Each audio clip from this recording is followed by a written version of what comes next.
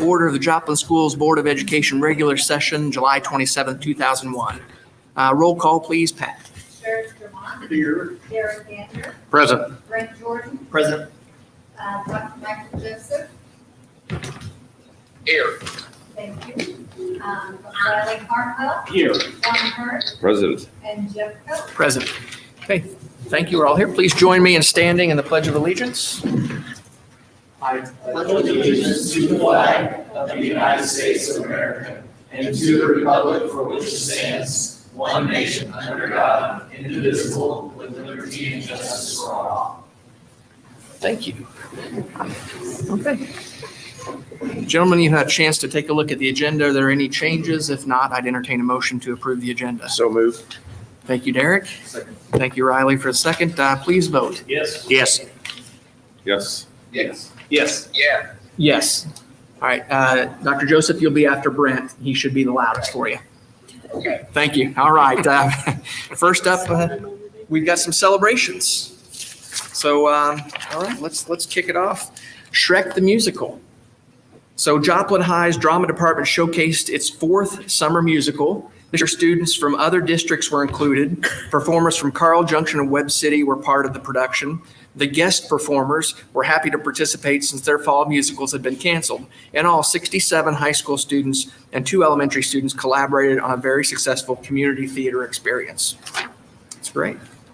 Next up, We Care Community Service Day. Joplin Schools would like to recognize Kansas City University for partnering with Joplin Schools again this year. New student orientation at KCU includes participation in a community service project. This year, a great group of KCU students did landscape cleanup and mulching at Stapleton Elementary. Thank you to all the KCU students. Next up, Male Track and Field Athlete of the Year. Oh. Okay, we can go to that one, which I've seen. Okay, we'll go to that one first. Community service. Joplin Schools would like to thank James River Church for serving our students and staff for the 3rd year in a row through Project Partnership. Besides painting and landscaping at the Roy S. Woods Alternative School, volunteers washed and sanitized every school bus in the Joplin fleet, over 70 buses on the inside and out. Great job. Thank you. Thank you, guys. All right. Next up, we'll go, Board of Education has a recognition of national ranking in the speech and debate. Benjamin Smith. Benjamin, if you join me up here. Benjamin Smith ranked 13th of 667 on a nation extemporaneous debate. Ben is a 2001 graduate of Joplin High School. This is his 2nd year to qualify for nationals. He competed in debate all 4 years of high school. Ben will attend college in Texas and continue his debate career there. Good luck. Congratulations.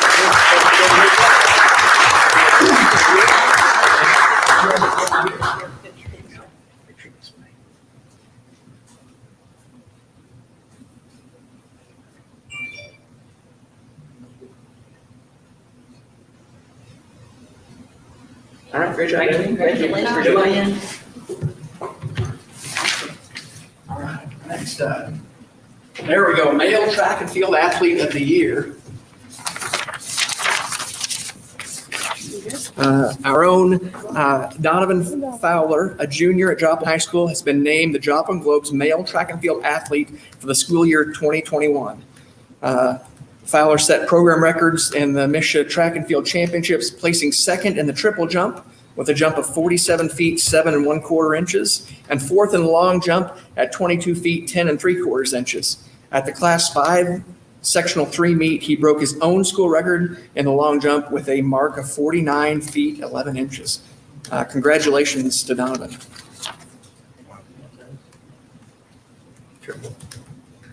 Next one. Okay, we have one of our own to celebrate. Congratulations to our newest Doctor of Education. That is Dr. Sandra Cantwell. We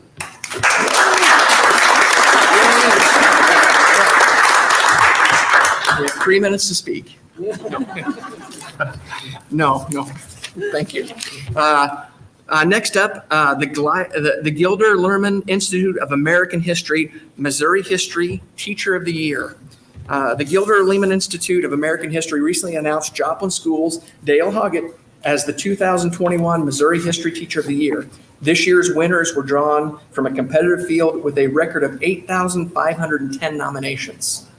The History Teacher of the Year award highlights the crucial importance of history education by honoring exceptional American history teachers from elementary schools through elementary school through high school. The award honors one K through 12 teacher from each state, and the state winners win a $1,000 prize and an archive of classroom resources. So congratulations to our own Dale Hockett. Congratulations. Okay. Next up, our Jasper County Youth 4-H Fair Supervised Agricultural Experiences.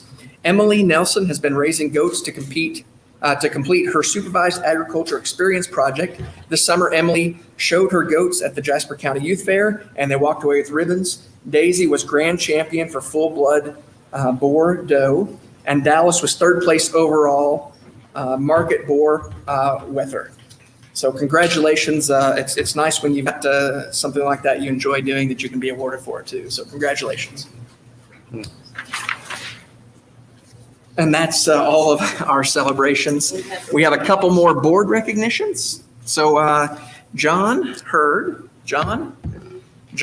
completed his 72-hour, okay, it wasn't 72 hours, but it was a very intensive study. He's got his certificate of achievement that he completed the Essential Board membership training. Comes with a pen to show all your people on the golf course. Picture of him. Congrats. That is a lot of effort. Appreciate you guys getting that done. All right. That's everything I've got.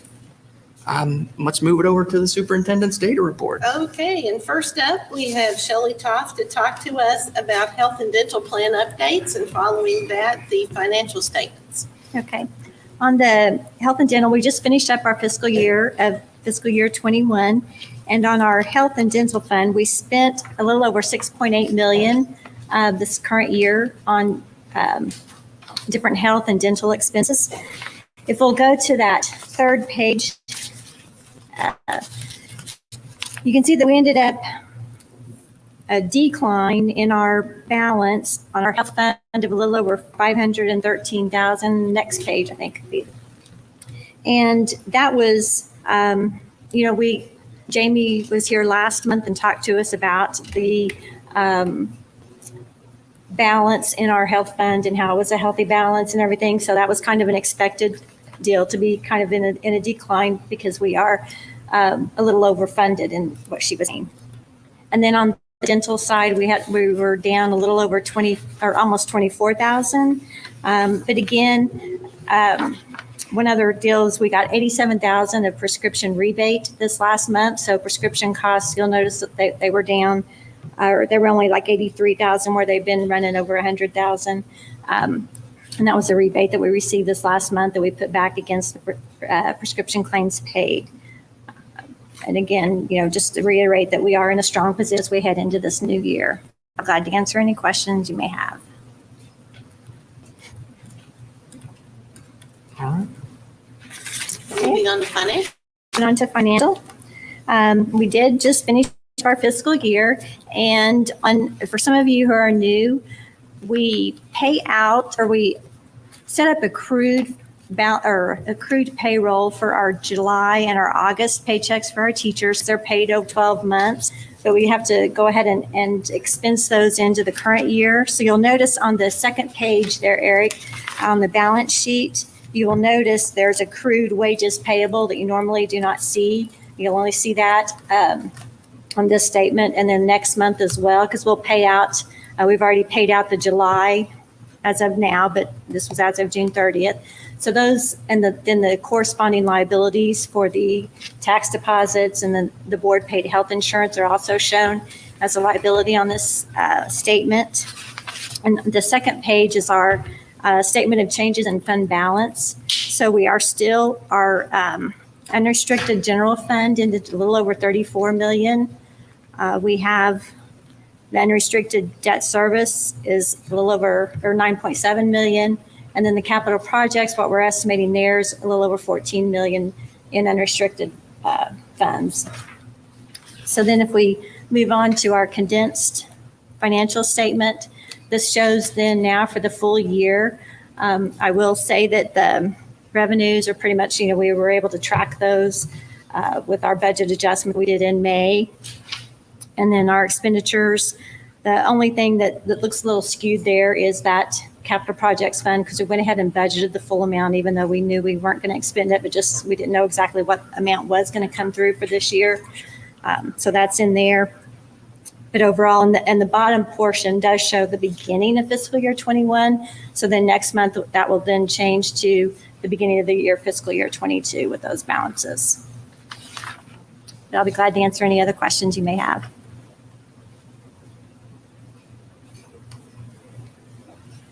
Very good. Thank you. Okay, the next item in the superintendent data report is construction update, I believe. It's our next one. Aaron is coming to the table. It hasn't been raining much. It hasn't been raining, but that's a beautiful thing. Hot and dry. Okay, real quick, construction update. Kelsey Norman is going great. We've got about 3 months to complete. Brick, if you've driven by, Brick is about a week away from completing. They started the exterior windows today as well. So building envelope wise, we're starting to get that buttoned up. In the meantime, we do have a roof on and we have started sheetrock on the inside. So it's really coming together nicely. We've got final completion slated for around Halloween. So trying to beat that, obviously, but right now, Halloween. So good to go on Kelsey Norman. Concerning Dover, we've had a lot of great weather. They're getting a lot of fill and earthwork moved. If you've driven by that site, we've got a lot of rock exposed now. So we're able to quantify that. Anderson Engineering flew a drone over the other day and they mapped the rock and they're compiling all that information, millions of points. Putting that information right now, they're going to overlay that with the design final grade. And we're going to be able to know within a certain reason on where we're going to be total cubic yards of rock. So should know that within the next couple days. We did discover rock in the building pad. Thankfully, it was only 32 cubic yards. So it was not very much. So that is a beautiful thing. That's only $3,200, period. We do have, we do need to dig footings. So we could still potentially hit that in the footing line, but the building pad proper, there was only 32 cubic yards. So that is great. How deep are the footings? Footings they range depending on size, but they're 2 foot, 6 inches thick. So top of footing, anywhere between 1 foot below finished grade and 2 foot below finished grade. So they kind of stair step all over the place based on size and location. The rock hit so far is in the northeast corner of the building pad. So right on where the hill was, essentially. As you move further towards the west, obviously the hill dissipated. We built up, so there's no issues there. So really the northeast corner's the only potential issue. Otherwise, going great. The mine feature has been capped and filled in, so we are great there. Otherwise, we started the water line bore. That's another major component. Water line bore started today. We don't know rock-wise where we're at, but water line did start. They anticipate that to be completed in the next 2 to 3 days. So So the No. total rock contingency of the 600,000, you're saying only, 650,000. Currently, we've only used up $3,200. I thought that's what I heard, but That is correct. I was happy. 3200. So you're deeper in the project now. Do you anticipate more of that being used? Rock-wise, Yes. yes, Okay. absolutely. So the south rock outcropping, if you come from Joplin, downtown Joplin, right, drive over the hill, you can see all the rock exposed now. Pretty substantial. Pretty substantial. So we won't know until that drone mapping software has been completed. So quantity-wise, it's unknown. We have exposed it all. The hope is that we could utilize some of that as maybe a landscape feature potentially to help save on taking it down all the way and eliminating all the rock. Instead, potentially leaving some of that exposed. I remember the original drawings kind of showed that as a wall being built there. That's right. That's right.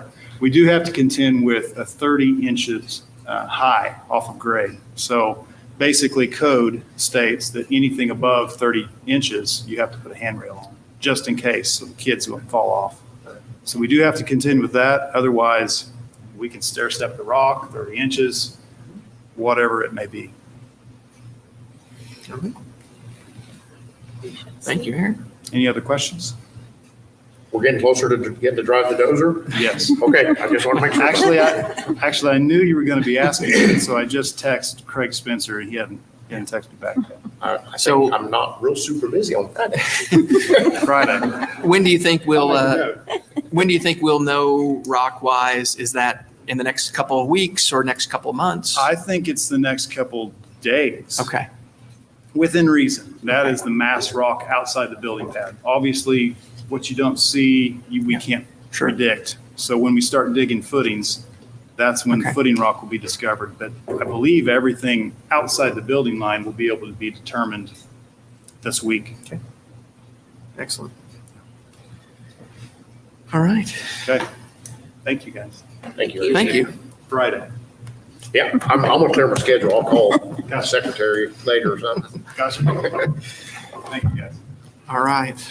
Okay, the next item is informational, but I know it's one that is of interest to a lot of people. So administration was made aware that the CDC has issued an order, and an order is different from guidance. CDC guidance is just that, it's guidance, but an order carries more force of law, and the government uses it rarely, we're told.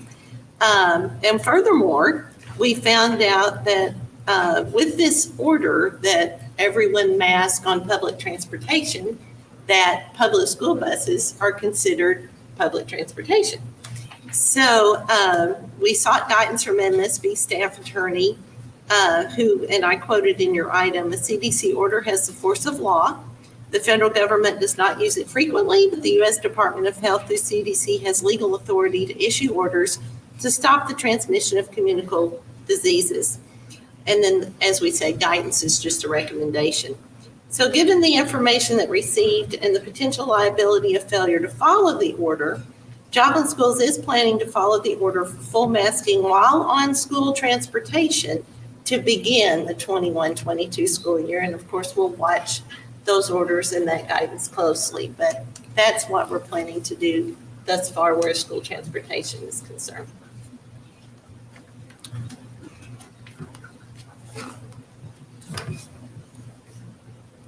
Thank you. Quick question, is this coming from an executive order? I don't know, Riley, if I could say semantically it's an executive order. What do you mean by I thought I'd read executive something order? that the Biden administration had ordered all public transportation. You must wear a face covering. I don't know if it was Biden administration as much as the CDC and how those two interact. I'm not up to speed I on was just all of curious. that. There's a lot of moving targets these Right. days.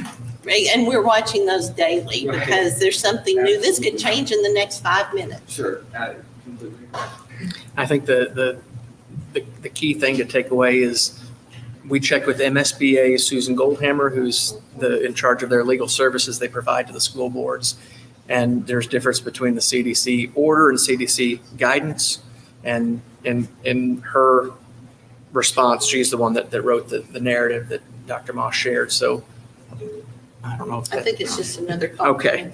That the order carries the force. Guidance is a suggestion, a recommendation, a Yeah. request. Both through the Department of Health and the CDC. Right. That's it for superintendent data All right. reports. Next up, public comments. We do have one public comment. So I will ask for Toby If you can come to the front here, I'm going to read you something.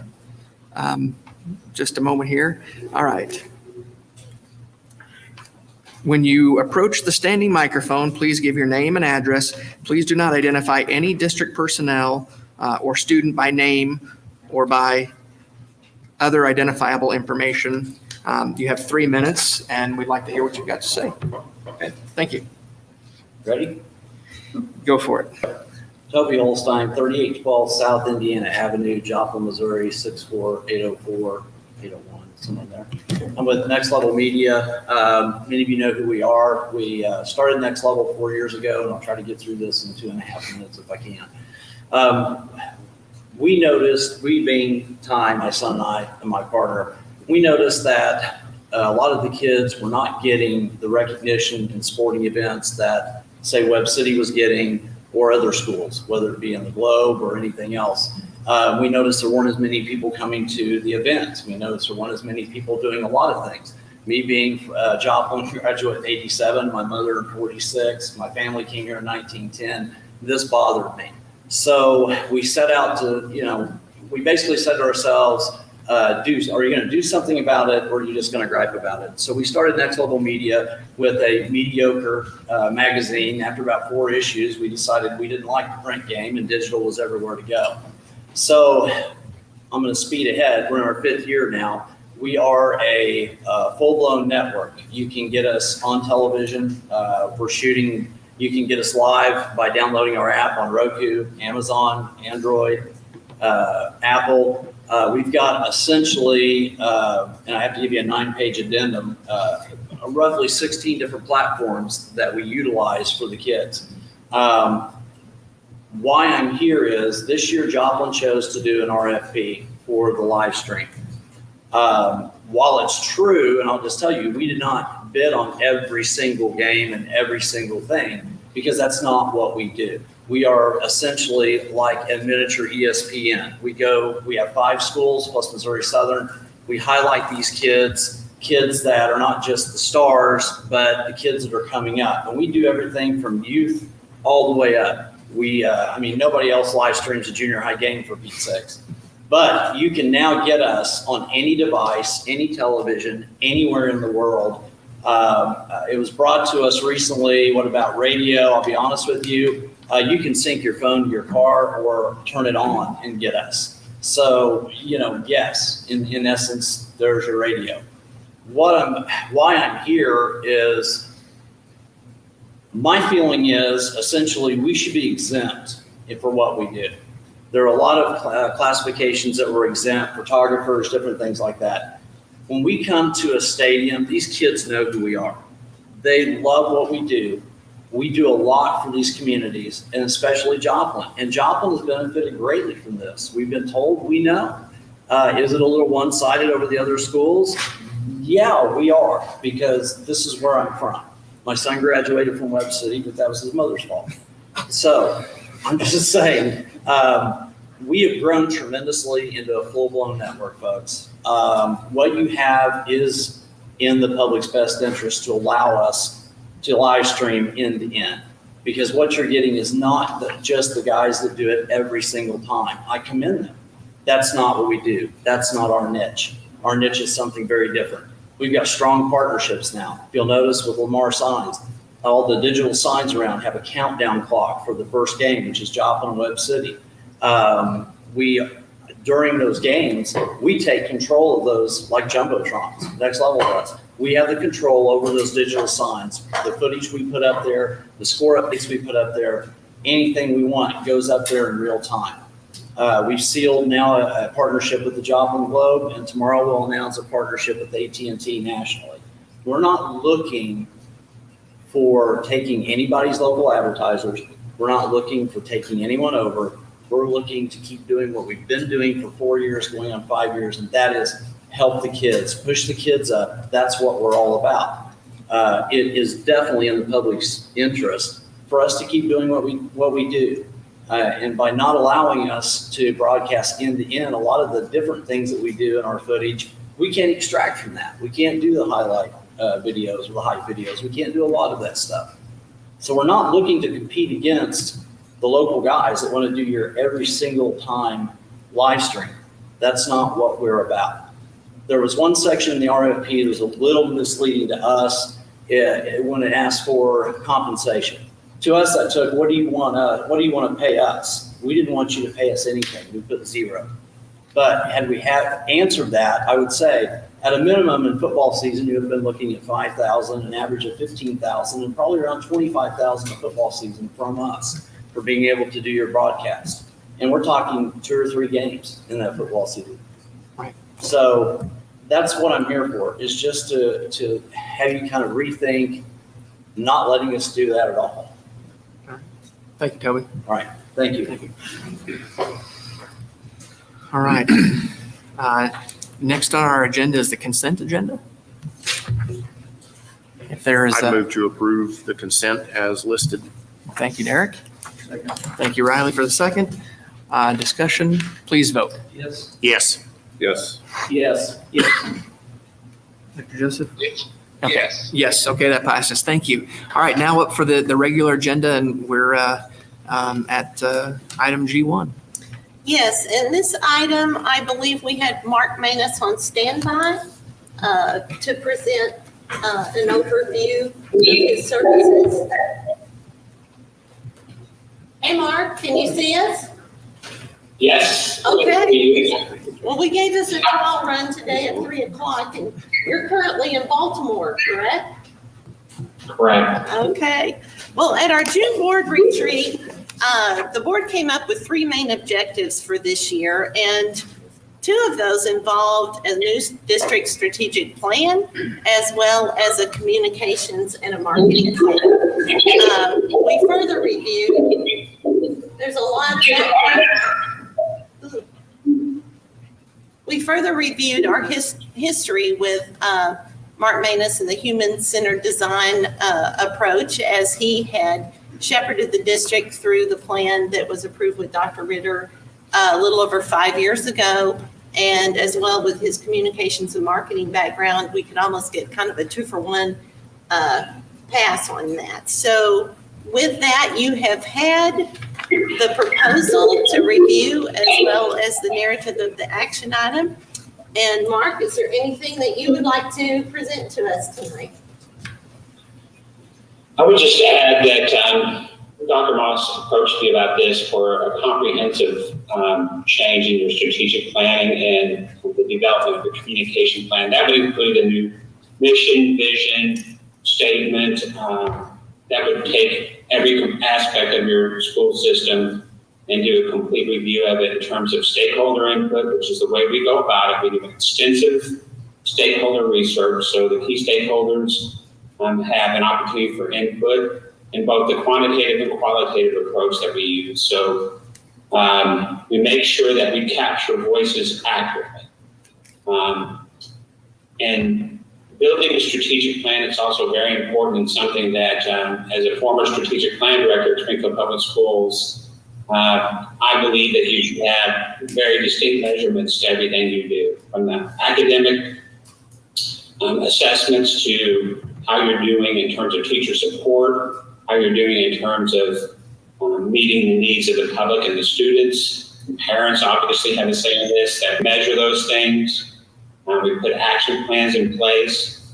And the second piece to that, along with very specific measurements so that you know how you're doing and you can measure those things, is also the piece that underlines everything, which would be the vision piece, which included in this approach is some expertise around the future of any disruption that may take place in the economy, the things that we anticipate will be happening across not only our country, state, but also internationally, so that as we get input from local, we also consider what's going on the global aspect as well, because it's important to build those things in so that your strategic plan is forward-thinking.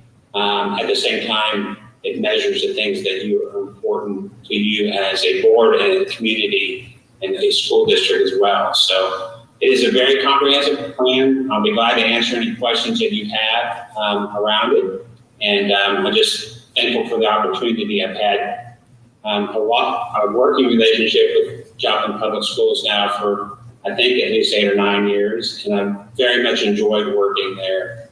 I have a real love for what you do there and the work that's achieved, and Dr. Moss, I think, is doing a great job, and I'd love to do more work with her. That's the way the board sees fit. Mark, Jeff Koch, I've got a question. Have you done this refresh of strategic plans with other districts, or is it typically a one and then you go on to the next district? Yeah, the work I do is comprehensive. So I have refreshed some strategic plans in the past. One with Dr. Ritter in St. Louis.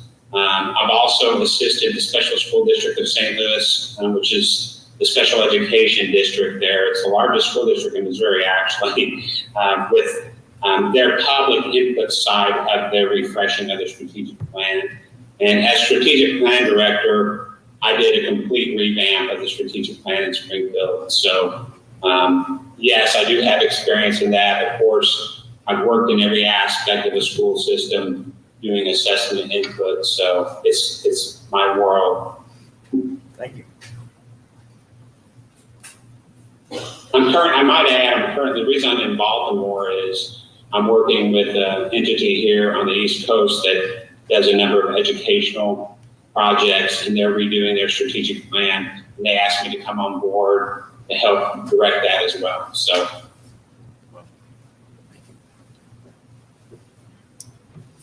So if there's no further discussion, administration recommends that the Board of Education approve the engagement of Mark Manus Consulting for research and development of a comprehensive strategic and a communications marketing plan for Joplin schools. I'd make a motion to consider, as Dr. Moss stated, Okay. to keep working. Thank you, Derek. Mr. Manus. Second. Second, thank you, Riley. All right, any discussion? I would like to say before we vote that I have been very pleased with the work that Mark did in the district in the past. I worked as I was in one of the test, one of the test groups that he was involved in. And I think Dr. Ritter is probably one of the finest superintendents in the state of Missouri. And I trust his judgment and now trust Dr. Moss's judgment that Mark is the best person. He understands Joplin. He understands this community. And I think he's well poised to move us forward in our strategic plan to make the district even better. All right, no further discussion, please vote. Yes. Yes. Yes. Yes. Yes. Yes. Motion passes. Okay, thank you. Thank you, Mark. Look forward to working with you here more closely. Thank you very much. Look forward to it as well. Have a good evening. All right. Hi, Mark.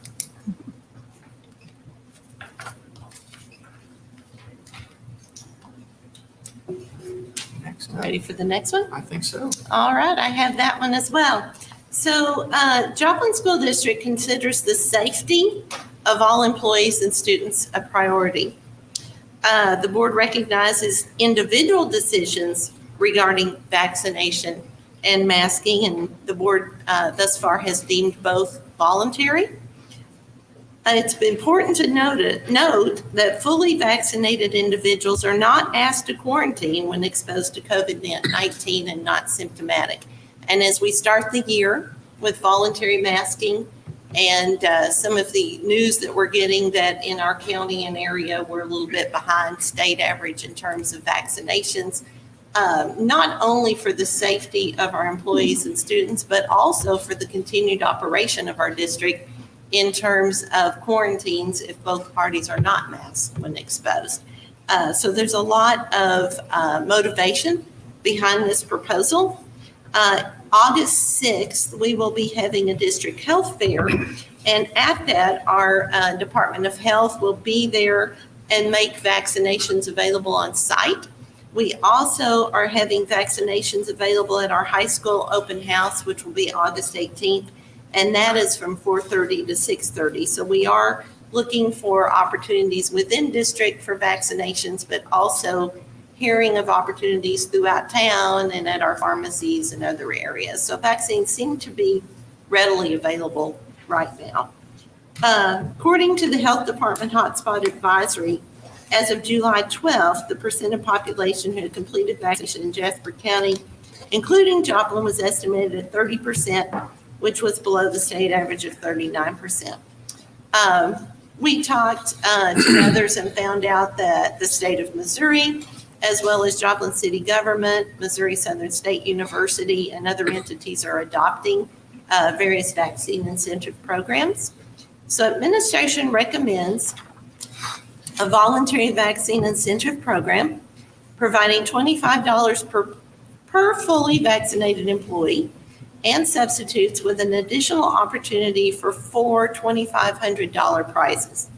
Furthermore, and we're changing this to what is written in your recommendation tonight, we're proposing a deadline for entry into the $2,500 opportunities of September 13th, not September 2nd as it listed, because when we started counting the weeks from when our health fair opportunity was and then the time you have to wait for your second shot, we wanted to give ample time, but also not drag this out so long that it doesn't impact the start of school and get more people hopefully safer from quarantine and from contracting serious complications with COVID.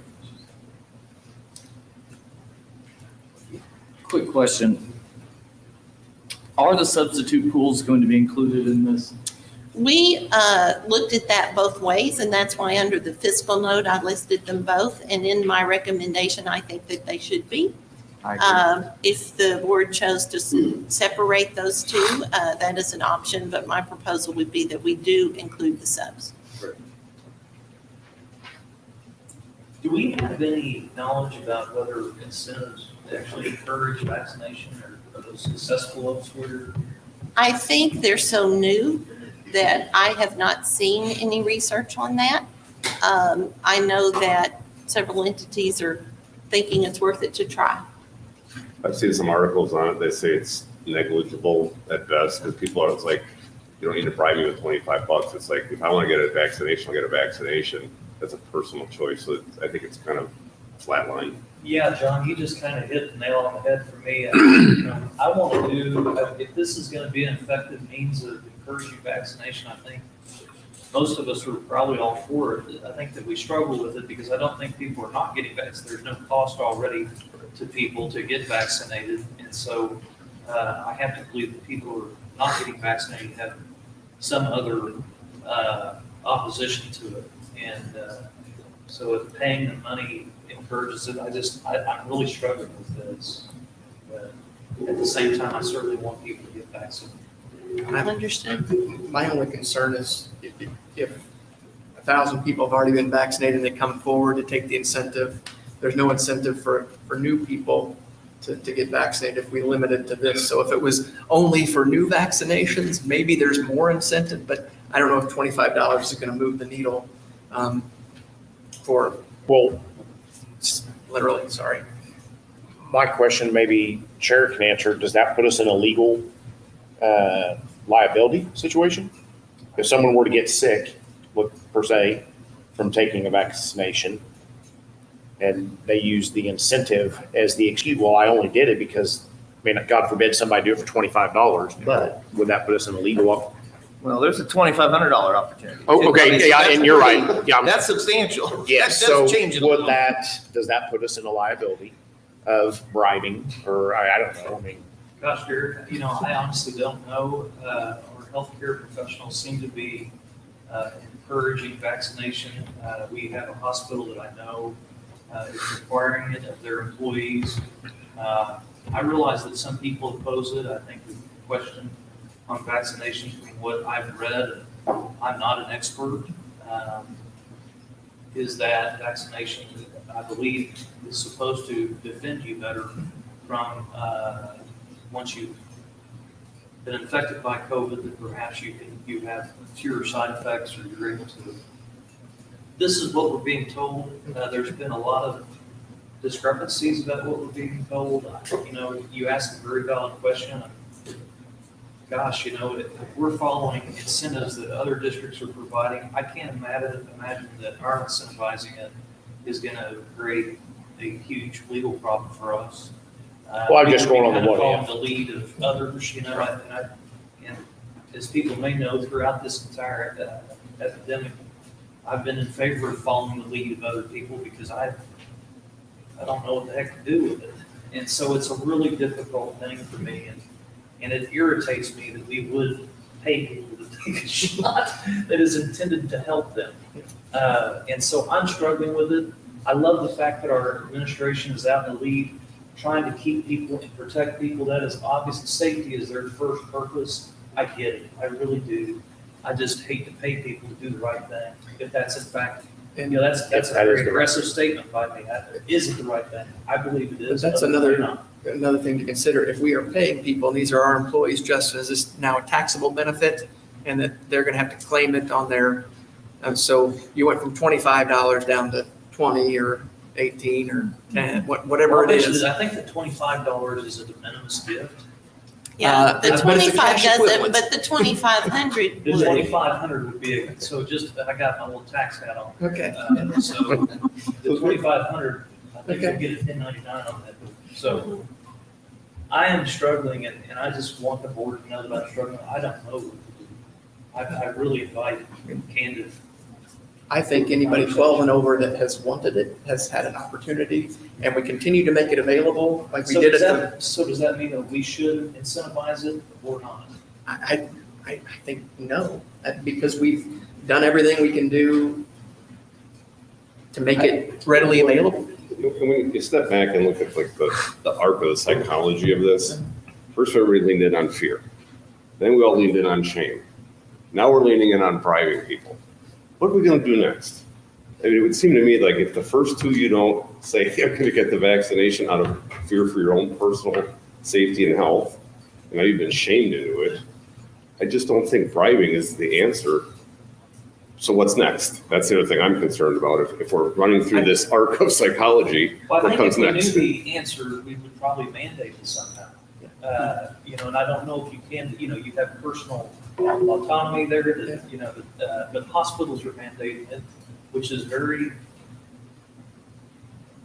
it's enlightening. I don't know if it's enlightening. It's very informative to me. It's interesting. I know the CEO that was pushing it, and I think that they believe that they need to do that to benefit because they have sick people who are coming in, patients. So I'm really struggling as people, I would say. I'm struggling as well, Sheriff. One of my concerns is with the substitute portion of it, and I'll explain. So, and Dr. Moss, please correct me if I'm wrong, but I think the crux of this incentive is to keep our teachers in the classroom. And so if they're vaccinated and they're close contacts, they don't have to quarantine. And so the crux of this is not necessarily to incentivize the vaccine, but it's to maybe provide additional protection of our teachers to keep them in the classroom for our kids. Okay. And likewise with our kids that are vaccinated, they can stay in too. True. So the problem that I have with this particular proposal is if we put the substitutes in that pool, we're not really incentivizing the teacher aspect of it, at least the part of keeping them in the classroom if they're close contacts, because the substitute may or may not be there. I mean, they may be there one day and may be somewhere else another day. No, I don't think we want to incentivize, well, I think we need to incentivize the teachers staying with our kids more than we do the substitutes, I guess is what I'm trying to say. I mean, I would love to pay our substitutes more and maybe provide maybe incentives for them if that's the case that we go, but I don't know that they belong in the same pool as our teachers. If the crux is to keep them in the classroom if they're close contacts rather than having a quarantine. That's my thought on that. I think the educational piece of making sure that teachers and students and parents realize if you are vaccinated and you come in close contact, this is what happens to you. You stay in the classroom. If you're not vaccinated, you come in close contact, you're out for 10 days. And there may be a human resource piece of that we don't have the funding to. And it may be more than 2 days. I have staff members who have been out in particular situations up to 20 days. So due to family members that they may be living with that are positive. it would be good to share with those people before they are in that situation so that they can have time to make that decision, informed decision. Can I solicit our administration? I mean, it's been recommended by the administration. What are your feelings about it? If anybody would like to share, if you don't want to, I understand. But if anybody has an opinion, I'd like to, you help me in my decision. Well, I would say with the substitutes, something to consider, and I understand your argument, and I agree with that. But we relied on substitutes very heavily this past year to keep school going. And our substitutes are unique in that in this area, they substitute in multiple districts. And so we all kind of draw from the same pool.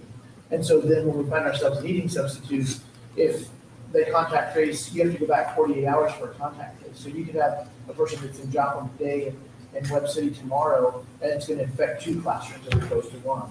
And so there's that side of that too, just to consider. But I understand what you're saying, and I understand it and appreciate it. Yes, sir. Dr. Joseph? First of all, I want to say I'm 100% for the $25 incentive. If we move the needle 5, 10%, 20%, I think it's a winner. I think we also are rewarding the people that did get the vaccine. They can throw themselves in the pot and they get a chance to get it. And don't have a problem with the substitute teachers. You know, the way this COVID thing's going now, this thing's going to explode in the fall, and I think we're heading for a real problem. And it may get to a point that we aren't going to even have any substitute teachers. So why not motivate substitute teachers that we may be in dire straits to have in the fall to come and teach for us if we give them the $25 incentive and put them in the hat? So, you know, I'm for the incentive, the $25 incentive. I'm for the, you know, the drawing. I'm for putting the substitute teachers in there because I think down the road, you'll be thankful that maybe you had those teachers and you may be scrambling to find them. So I think that if we can move the needle any at all, I think it's a win-win situation. So I'm 100% for it. Thank you. Sure. I've got a couple of questions. Do we know what our percentage of vaccinated teachers are right now? No, we don't. That's not data that we've We're tracked. not able to collect. And I think that there is an underlying feeling that if we start asking teachers to report that, then we turn into kind of a big brother's watching kinds of situation. So we've kind of made the conscious effort to not try to nail down that figure. I think personal choice, the voluntary, I think that resonates well, not only with administration, but also our board. And when we look at the protocols and how they've changed this year going into the year, which frankly, we have much higher and more serious numbers now than we did this time last year. Yet we're going in with voluntary masking and no hybrid days. We've got a lot more opportunities to mix and mingle this year. And so as superintendent, you talk about legal liability. There's legal liability on both ends of this if we're not following CDC guidance. So I'm scratching and clawing for every opportunity I can look at to try to keep us in school and keep us going when we're not going to be masking and we're not social distancing to the degree that we were last year. So the sole reason I asked it, I was just curious as to the potential funding that we were opening ourselves up to for this incentive. And I realize we're talking about $10,000 on $2,500, and the $25 aren't a whole lot, obviously, but I'm just trying to figure out, is this a $50,000 deal or is it a $12,000 deal? Under the fiscal note, if I estimated approximately all 1,000 employees took advantage, then we're at about $35,000. And if we throw the substitutes in, that's about another $8,750. Of course, those are approximations. It may not end up being that much. I hope everybody does it, but it's not a huge fiscal note. And with ESSER funding and other opportunities that have come our way this year, I don't think it's a cost that's going to be significant to our district. Thank you, Doctor. Dr. Moss, the question was asked back here, people have been saying teachers, is this for all employees or just teachers? No, it's for all employees. Sherry, you know, I think you solicited opinions. I don't know who else at the table works in an environment that has tried this. I happen to, and I have seen. I think people who aren't going to get the vaccine, which is their prerogative, aren't going to get it regardless. But I think there's some people we see in the middle. So there's a spectrum, right? And there's some who are very staunchly in favor, and those who are kind of indifferent, and then those who are staunchly opposed. I think what this does, and I think Dr. Joseph is correct, and I would argue he probably has the most training. He does have the most training at this table, at least in regards to this. That it moves the needle for those people who are in the middle, who are maybe somewhat indifferent. And, we talk a lot about rewarding our staff. And we've had conversations just in the last few weeks about possibly, raising pay or some sort of an increase in pay for them. And I think he's correct when he says that it is a reward as well. And that $35,000 in the grand scheme of what we spend every year is really not that much. And ESSER, we have the ESSER money that's here, and I'm sure this would be included in that. So that's why I don't see that we're spending money that's been blocked off for us, and that it is, we're doing our very best. And I think that we always want to say that we put our best foot forward in this, and I think we've done that every step of the way so far, whether it be from when we had the split schedule to whenever we brought our students back together. And then when we had, all the way along, the district did the very best that they could. So for us, I think this is really a sign of support for our administration, because Dr. Moss has said that this is what she believes is the best way forward for us to have the most normal year that we possibly can. So I don't think this is really we're not telling anyone they have to get vaccinated. And I think that our state, we talk about following the lead of others. I think Mike Parsons correct when he rolled this plan out statewide and in each congressional district, that every individual who did have a vaccine would be incentivized for doing so. So I think our state government's done an excellent job on this. I think our university in Joplin's done an excellent job on this. And I think it's time the Joplin schools, for more or less a small amount of money, to reward our staff and our teachers and staff for doing the right thing. And it's not as much of a bribe, I don't like that language, as much as it is a reward for a job well done. And we do want to have the most normal years we possibly can, because our kids deserve that. And if we can help them any possible way, and we may sit here in 2 years or 3 years, you and I may run into a restaurant in a few years and say, maybe we didn't do it right, everything right, or maybe this was a failure. We can talk about that then, but we don't know until we try. All right, that's a lot of discussion. Does anybody want to make a motion? I move to approve item number G2, the employee COVID vaccine incentive. All right, there's a motion by Riley. Second by Dr. Joseph. We've had discussion. So I have please- some, I'm sorry. Oh, you have more No, you're discussion? fine, and maybe it's a question, but.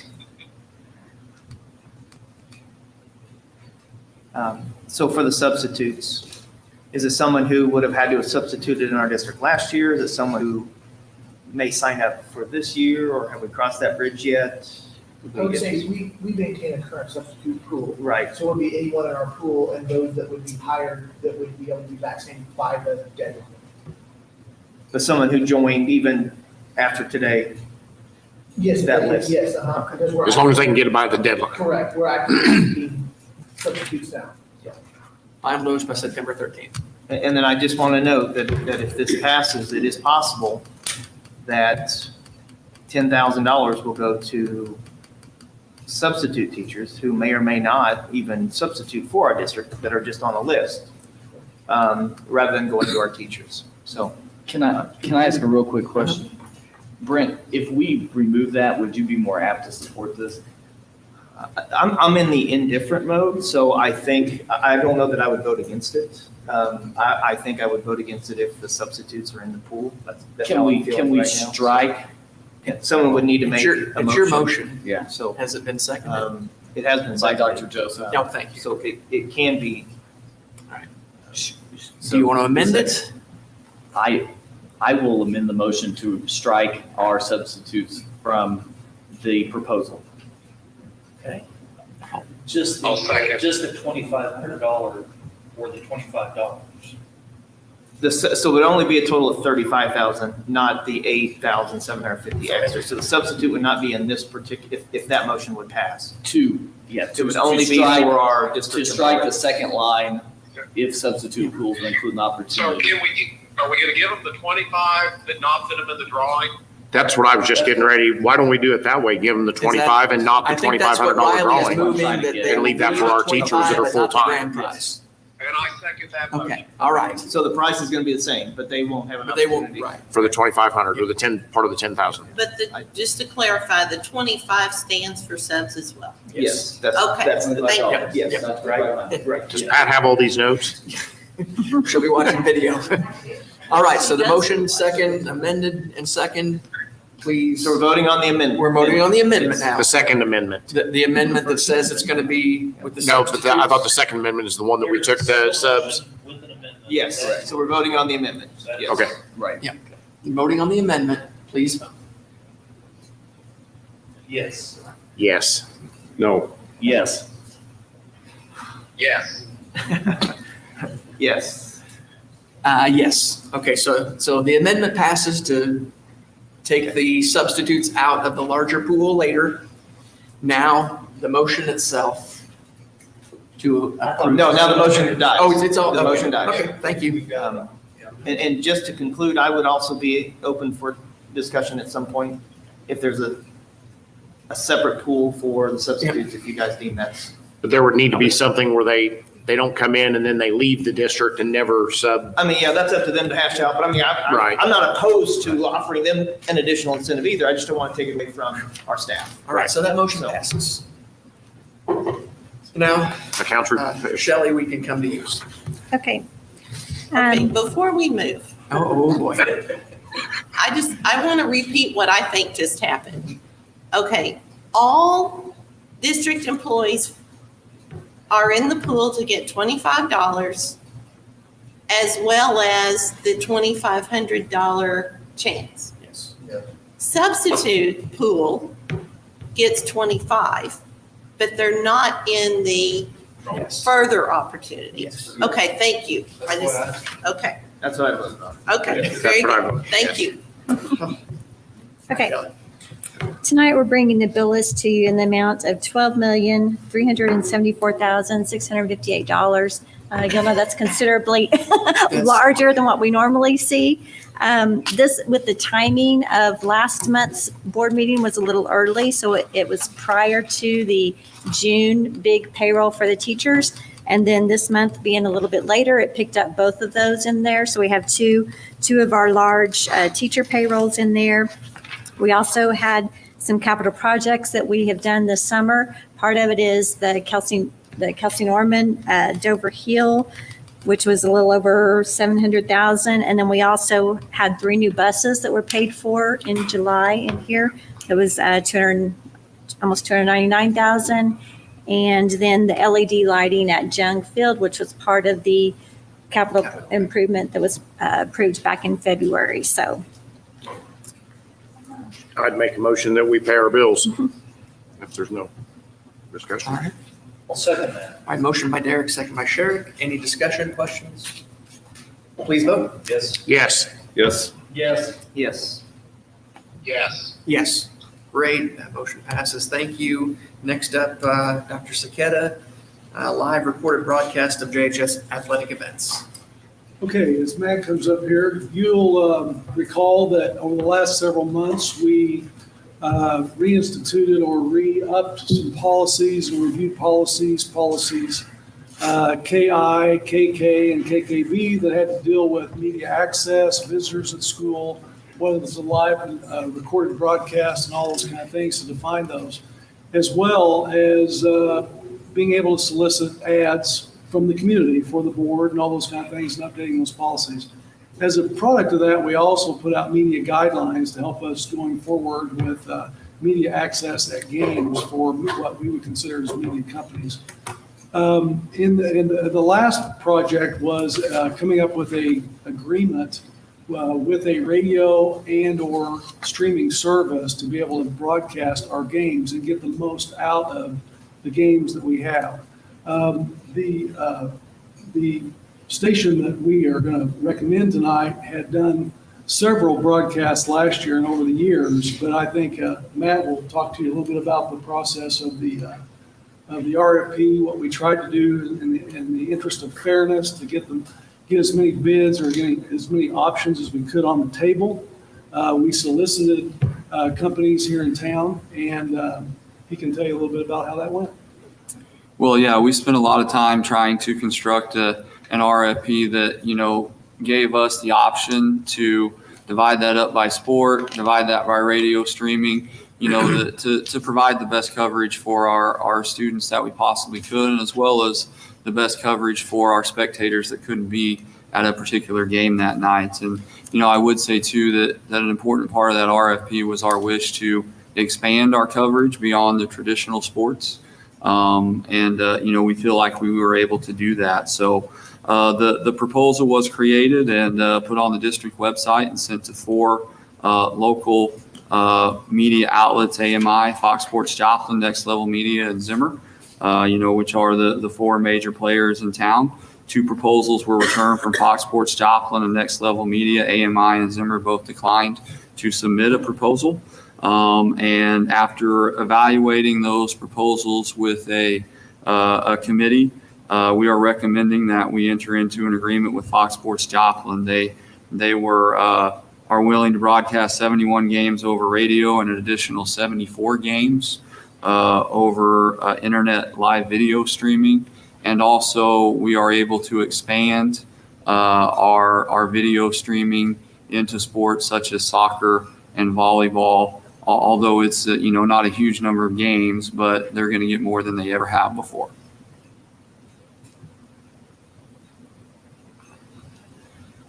All right. I have a question. Is this not, just because the guys from Next Level are still here, excuse me, is this not something that can be done in conjunction? And maybe you guys can answer. Jeff, can we speak to them now that? I would go with Matt if Matt needs. Matt, is that not something, because they do something different than what this is? I still don't understand, I've had discussions about this, but I'm still confused of why Next Level needs to be put out on this deal. They do things differently. There's different coverage. I don't know why we would not exclude them. What they do is completely different. And I like having let our athletes get the most, from everyone. Why are we, why do we have to exclude them? I mean, the other's got the radio, go ahead. The Next Level does things that the radio, the other doesn't do. So, I mean, why do we care? Why do we have to exclude them? I think the more coverage we have, the better for our athletes. And, I just don't understand. I mean, I may not totally understand all this, but I don't see why we have to exclude Next Level on this. I don't know why we would just have them all on there. And that's kind of where I was getting, Dr. Joseph, the more exposure, like the hype videos, and I don't understand 100% of what they do, but the hype videos and things like that for scouts that might see it. I say this because my son plays club soccer and we have switched, and now I signed him up on a deal, and there's actually scouts that are looking at him now at 13 for collegiate, just kind of keep an eye. So I don't understand why we would exclude them as well when it might help our. When kids are moving to this district and you don't think they're looking, do I want to play for Webb or for Carl or for Joplin? All these things play a role, and I think it's just good for our district. And I think, that may motivate more kids to come to Joplin. And that, I think it's just a plus for our students, our athletes, and their exposure. And believe me, when people move to this town, they're looking at, and their kids are athletes, they're looking at where am I going to play football? Where am I going to play basketball? Well, some of these exposure things may play a role on where they decide to go to school. So I don't have a problem with it. I think we need to exclude them, and I think our athletes need it. And I may not totally understand this, but that's the direction I would go. Dr. Joseph is kind of saying the same thing that I'm saying. Sure. Well, Matt, can I ask just a question? Yeah. This is an exclusive RFP. If we didn't do it as exclusive, would you get bidders? Is that the value that we're talking about? Is it because we're Sure. doing it all, we're going to do the things that we maybe wouldn't necessarily do on its own? I would say a couple things. I would say, you're correct that the exclusivity part is important for the bidders as they go sell advertisements and that type of thing. I exclude we're talking just about a live broadcast, a live streaming. We're not excluding any media organization from coming and taking a highlight or a video or that type of thing. And so any media organization that meets our policies can come and record that game and snip that up into highlights or whatever we want to call it. And, on the subject of a scouting video and that type of thing, those are things that we task our coaches with doing. On a Friday night for varsity football specifically, we spend thousands and thousands of dollars for film equipment, huddle accounts, those types of things. And our kids have access to all that 24/7. Our kids, if they want to, they can go in there and clip up their own highlights and construct their highlight videos that go out to coaches. So what we're doing in the RFP is talking about purely who is able to come and set up and stream 100% of the game live and sell ads and commercials and that type of thing. And I should have mentioned before too that, Jet HD, our kids have their first pick. And so we wanted to protect them as part of this too. And as far as the hype videos and stuff like that, they're doing a lot of that, right now. Why do we care who streams the game? I mean, you can find any sport, you can find any football game, and you can stream it live. You can find a stream anywhere. Why are we limiting where somebody has to stream to find a game? If he gets more streaming on his, more power to us and more power to him. I mean, why do we have to limit the streaming So for a Joplin high school game? my question would be, and I get the exclusivity thing, 2 comments. I get the exclusivity thing, but I also don't believe that Bobby Landis would not broadcast our games because of that. So I don't necessarily agree with that. And in terms of highlights, I'll say this, you put a lot, not you, but the business of athletics puts a lot at our coaches' feet, okay? Mm-hmm. And I don't know many high school coaches that put together highlight films. I don't. I know a lot of kids who do on Huddle. I know parents who pay organizations to do it for their kids. But I wouldn't say that our coaches are doing those things. I don't believe that. I'm just looking at different opportunities for the district. I mean, working together is how we grow, is the way I'm looking at it. So I don't see why. And I read just bits and pieces of the contract, and it kind of, to me, not being a contract guy, looks like it's them or nothing. But I don't see an issue with having Next Level doing what they do, because I think it's 2 different things happening that benefits the district. Matt, can I ask just a couple of questions? Sure. So, in the fiscal note, there's no cost to the district for this service. However, the district will benefit financially from the agreement. Can you tell me what benefit it is that the district's receiving? Part of the agreement was for any bidders to list, what they would be willing to pay to be the exclusive broadcaster, whatever we want to call it. Fox Sports Joplin was the only bidder that put a hard monetary number of $2,500. Okay, so it's a $2,500 exclusive, right? Yeah. Minimum. And so that's what I saw as well, and that looked like it was something of a contribution, something. Then my next question pertained to, and you all were already talking about Jet HD. I mean, are the kids still going to be broadcasting the games? and our equipment will continue to be used and that sort of thing. So, I mean, I'm trying to figure out, obviously that doesn't violate the exclusivity that is being negotiated here, or does it?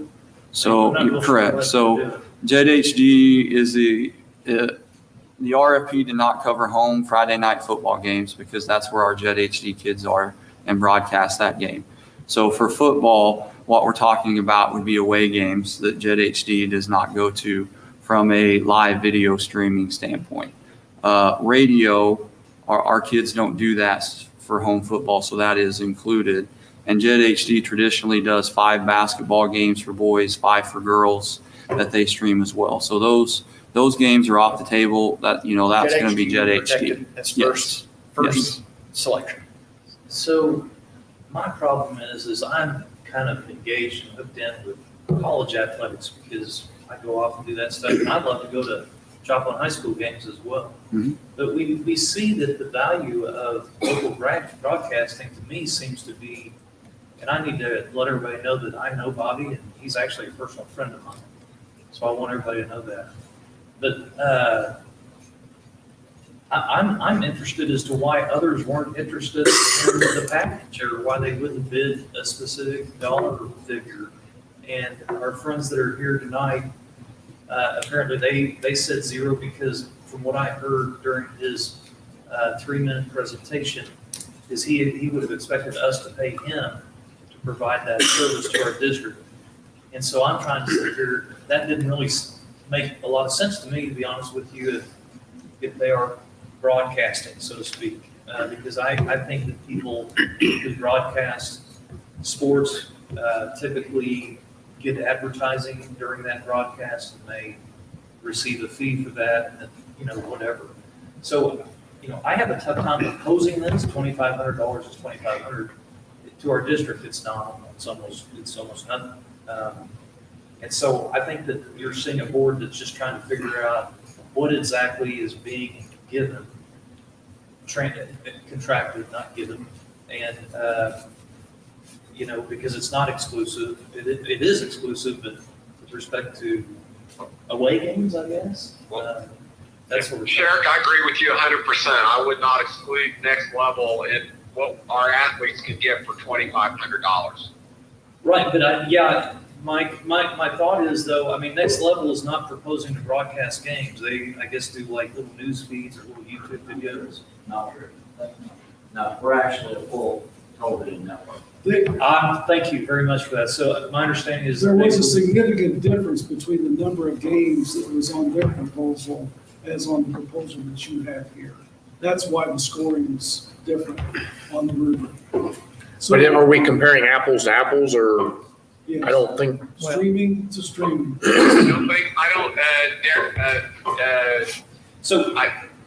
I don't think we're comparing apples with apples. I don't think they do the same things. I Well, think you're let me- getting let me next say level something. that you're not getting from Bobby Landis. Well, just a second, Mike. I think that Carrie's about to say something. I want to say something too, real quick. I think that we would not be excluding Next Level from doing those things Exactly. that they were talking We're about not during the excluding that. proposal. What we would be doing is preventing Next Level from simulcast, broadcasting the same events. Right. Is that what you're saying? But Live, at the same time. Start to finish, live or recorded broadcast, start to finish, game in its entirety. And that was part of the reason why we tried to make sure that in the, whenever we go down this road of broadcast, because media things are going to go crazy continually throughout time because of cameras, the availability of cameras and the availability of people to do things. But when you talk about getting live broadcast, start to finish, you put people in a press box, you dedicate space to them, and they sell ads for your team. When it comes to a significant number, 70-some events, including all sports, we felt like that was a pretty big commitment. What we aren't saying to Next Level or anybody like Next Level comes into his highlights, and you can throw KODE in that to extent if you want, or Ozark Sports if you would like to come in and be on our sideline and do highlights and do video, which I know Next Level was out on games last year, especially during football season, doing a lot of those kinds of things. And we're not talking about that. That's not what we're talking about. We're talking about start to finish live video and or radio during the season. Now, maybe, and Sherrick, I agree with what you're saying. I'm just trying to figure out in the statement, and maybe I misunderstood, but it didn't sound to me like Next Level wanted to monetize this. Did I understand that right or not? You're correct. Okay. So I don't think many people do a lot of things for free, right? And so I'm just trying to figure out how we. Yeah, I'm trying to just get this all wrapped around my head, and I'm really a little bit confused, and so that's not uncommon. And so when I think about this type of opportunity for a broadcaster, it seems to me as though when they require themselves to want to broadcast 70 some odd events, I can see where that media outlet is going to have a tough time finding advertisers for certain events that are currently not popular activities. Whether it's track and field, which, I found popular only because my child was a participant, or soccer, or They whatever. run around again, and they run around again. Yeah, so, but again, so when they promise to deliver that, production or that media for those kids who are participating in those sports, they may be in the hole for that. Is that part of the motivation, Matt? I mean, there's an expense driving that, and if I'm gonna go to Springfield and watch a track event, there's 70 of these things they're picking up. I'm not sure that they know what type of money they're gonna make on that deal, and so I suspect that they're pretty anxious about offering a significant financial contribution to Joplin School District for doing that. That makes sense. And so where we think about, for example, football games that are very popular on Friday nights here at home, and I'm sure that they might be away as well, we see financial opportunity there, but maybe not in the entirety of the ask that was made by Joplin Schools. So I'm really struggling with this, and I don't know what to say. Here's part of it also. I mean, I know that there have been broadcasts of high school events for a long time, and I assume that there's been no contractual arrangement for that broadcast. They just get to do it. We've never gotten anything in return for that. Yeah. So this is the first attempt to monetize a return on that, and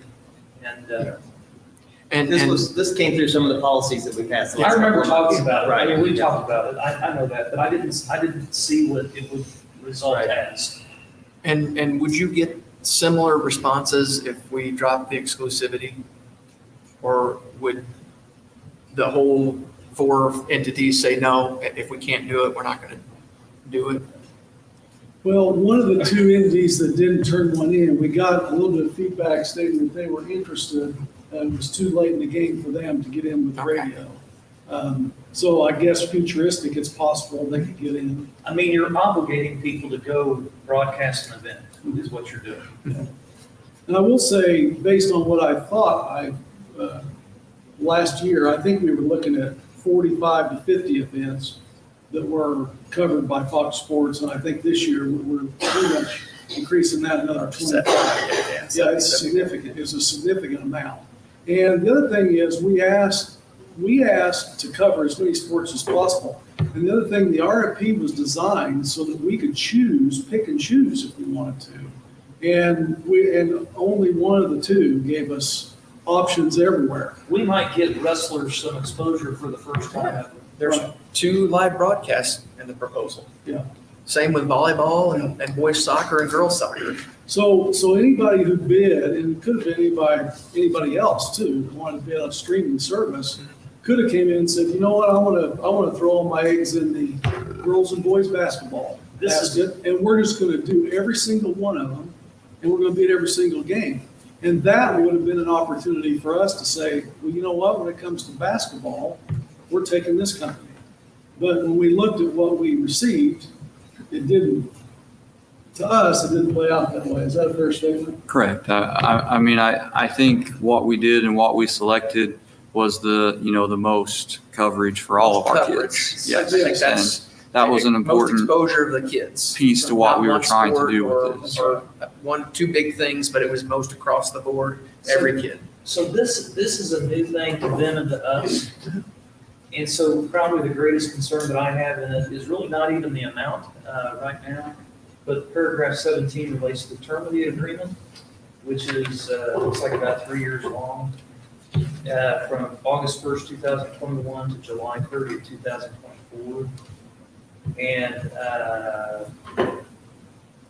I mean, I wonder if we might want to revisit this sooner than that. You know, does that, you see what I'm saying? I mean, maybe it happens a year, heck, they may want out of it in a year because it's just killing. But you have them locked in. Well, we have put in there, we have the right to terminate services on number 18 for no cause annually by providing 60 days notice to. Thank you. I have not gotten to that yet. I think it needs to be on a year-to-year basis. I didn't hear if anybody said what our out was. but- Our out is 60 days notice. 60 days notice, 60 days notice to get out. Thank Well, you. why wouldn't we do year-to-year? If you're not happy next year, then you pick who you want. Then you don't have to bid it again? Well, I mean, this is a lot of discussion, and this is a big deal, and I don't believe we should. I'm definitely not for locking in on anything for 3 years, and I would think we should revisit this. This is a big deal. I mean, we're doing the Jumbotron. We're going to do the press box. We're doing a lot for Joplin athletics, and I don't believe that we should make a motion on anything for 3 years. I'm not even sure that I agree that we should exclude anybody. Dr. Joseph, Dr. Joseph, there's an opportunity to get out 60 days before the start of fall sports each year. So we can terminate. We can terminate it after 1 year if we want, after 2 years, after 3 The years. question is whether we take a 1 year run at this to offer this additional exposure to kids for a minimum return. I mean, really, the $2,500 is. The dollars are minimal, but the exposure could be What's that big. about the 2,500? The Fox Sports is going to pay us $2,500 to do this. I mean, I'm sure the other people would be glad to pay you the $2,500. now that it's on the table and they can see it, yeah. I mean, that's the whole bidding process. Well, I know, but I still don't believe what they do is the same thing, and I think, I think whoever wants to stream our athletes how they want to watch them, this is Joplin, Missouri, let them see them the best. Show me. If they want to look at next level, if they want to do Fox, they can do whatever they want, but I don't believe that we need to be in an exclusion here. We need to give the most opportunities available. And so I may not totally understand all this. I didn't look at that contract completely. I did look at it, but that's how I feel. So we've had quite some discussion. I would make a lost- motion that we approve Okay. the proposal as presented. There's a motion by Brent to approve as presented. Is there a second? Second. There is a second. Okay, we've had our discussion. Please vote. Yes. Yes. Yes. Yes. No. Yes. Okay, that motion passes. Thank you, everybody, for your time. And I say, as this comes up again next year, let's learn from this year. And Yes. maybe we take another run at it and figure out what's best. But thank you, everybody.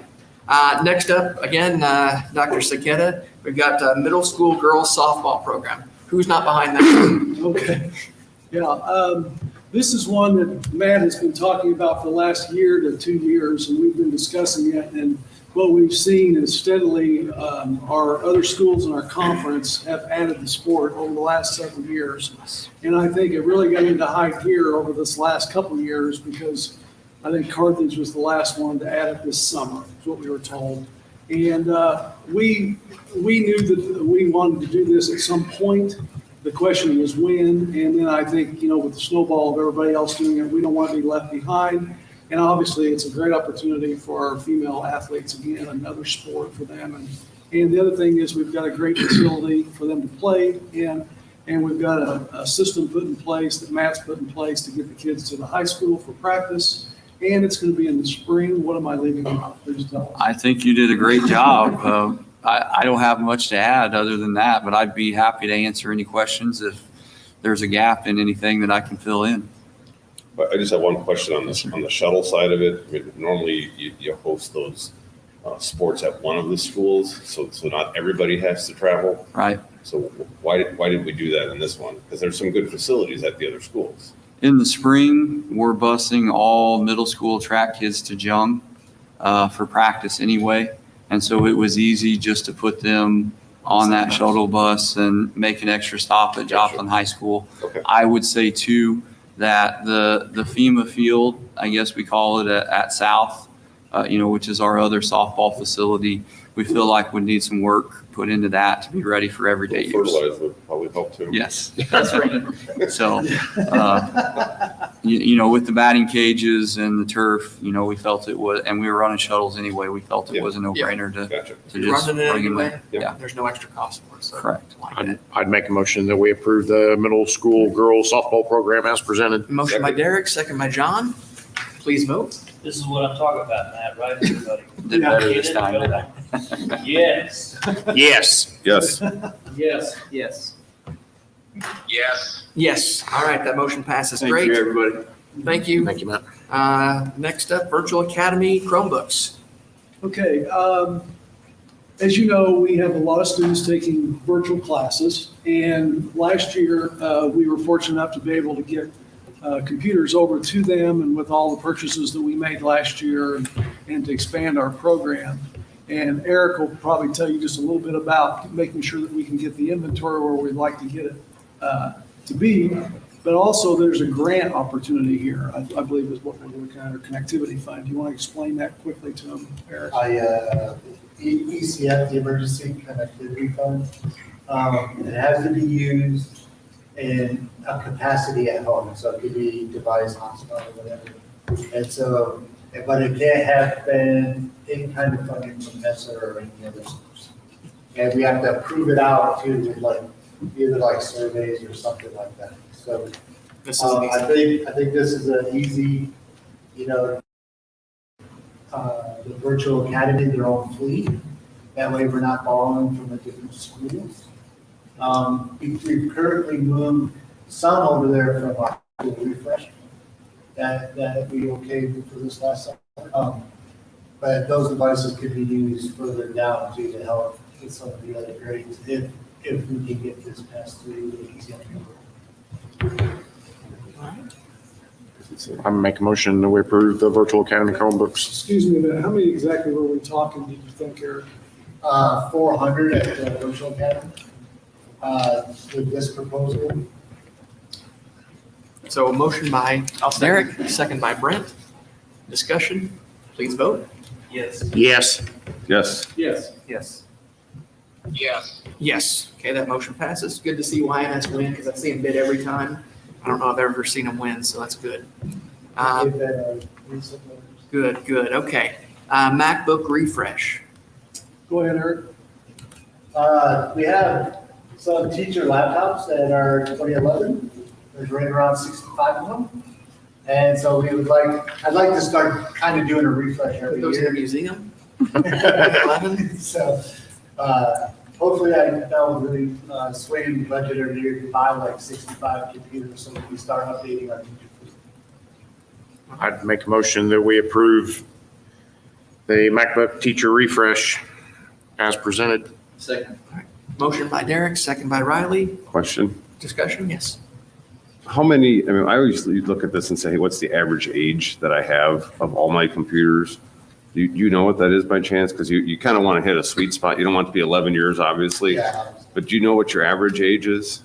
The best would be about 6. I mean, between 4 and 6 is when we would want to really refresh because you start pushing the limits of the computer. I'm with you. I'm just asking if you know what the average age is. Of our fleet? Yeah. It's probably 24. Okay, so you're 7. You're at the outer You're edge. 9 years now. Yeah. So you probably got to do a little better than 65 each year to trim that down, right? Yeah, I mean, How many do you have in the fleet for that you're in that teacher fleet? there's however many teachers, there's 100. So, maybe a third, So 700. You're refreshing 700 teachers. 10%? Yeah. All right, so motion and second, please vote. Yes. Yes. Yes. Yes. Yes. Yes. Yes, that motion passes. Okay. Next up, Unitrends equipment refresh. Server space, Eric will give you a little heads up on that. This is actually our backup appliance where we back up everything to the cloud, so if we ever need to pull something back, it's not, if we ever did get hit with a cyber attack, it's safe out in the cloud, it's not on our premises, so hopefully nothing would infect it, but we're running out of space and we need to increase our server space in order to get backups that we need. Only question there is they're significantly less than the other two. Any reason, any issue? This one's 20, the other two are both 33. It's probably because we'd have to switch what we're currently using. No, that's good. I mean, I like the lower, but I Yeah. don't want to I step mean, in something. that's why. Unitrends is a pretty hefty thing. All right. I'd make a motion that we approve Unitrends equipment refresh as presented. Motion by Derek, I'll second. second by Brent. Please vote. Yes. Yes. Yes. Yes. Yes. Yes. Yes, that motion passes. And then last up, policy readings. Policy readings, we have several for first reading tonight. It runs the gamut all the way from federal regulations on prohibitions against illegal discrimination, harassment, and retaliation, use of tobacco to include vaping products, how board officers are replaced in different circumstances, our payment processes, illness and injury response and prevention, animals on district property, some new rules regarding reporting of homeless students, and student discipline. So our committee met. You've had summaries in your board packet as well as the full language of each policy. So administration recommends first reading approval as presented. Motion to approve. All right. I'll second. Joseph, and second by Derek. Discussion? My question, Brent, did you read them? Are they good? Well, not to leave out the opportunity to have Shetland ponies on campus. Okay. Sorry. Okay. That's in the fine print. Wow. All right. As long as you read them. All right. Please vote. Yes. Yes. Yes. Yes. Yes. Yes. Yes. All right. That motion passes. Thank you. Last up, pluses and deltas. I guess that's yours. Oh, my goodness. Plus Delta, I think I haven't even been, usually I'm taking some notes as we Right. go on plus deltas, but I think one of my pluses is that how vast school business can be in terms of all the different gamuts that we covered tonight. We covered a lot of bases, and it just shows that we're running a transportation business, we're running a food service business, we're running a health and wellness business. And sometimes in all of the plethora of things we do, student learning still needs to be reminded, and it's about the students in the classrooms at the end of the day and our teachers that are on the front lines with those students. And I never want that message to get lost within all the other minutia that is required to run a school. So while we didn't hear a lot from Sarah Mwangi tonight, as My far show's as in August. instruction and curriculum, I was June and August. the goal is always that we are supporting student learning in the classroom. All right. Anybody else? I'd just like to say, I think the Dale winning the history teacher of the year, I mean, that's that's highly phenomenal. commendable. That's fantastic. Yes. And just the progress both at Kelsey Norman and Dover. It's great to see. Thank you. My girls had him in class for years, and top-notch guy. I mean, Yeah, it's great. amazing guy. All right. I make a motion to adjourn. Motion by Derek. Second. Unless anybody has any deltas. No deltas? All right. Please vote. Yes. Yes. Yes. Yes. Yes. Yes. Yes, we're adjourned. Thank you.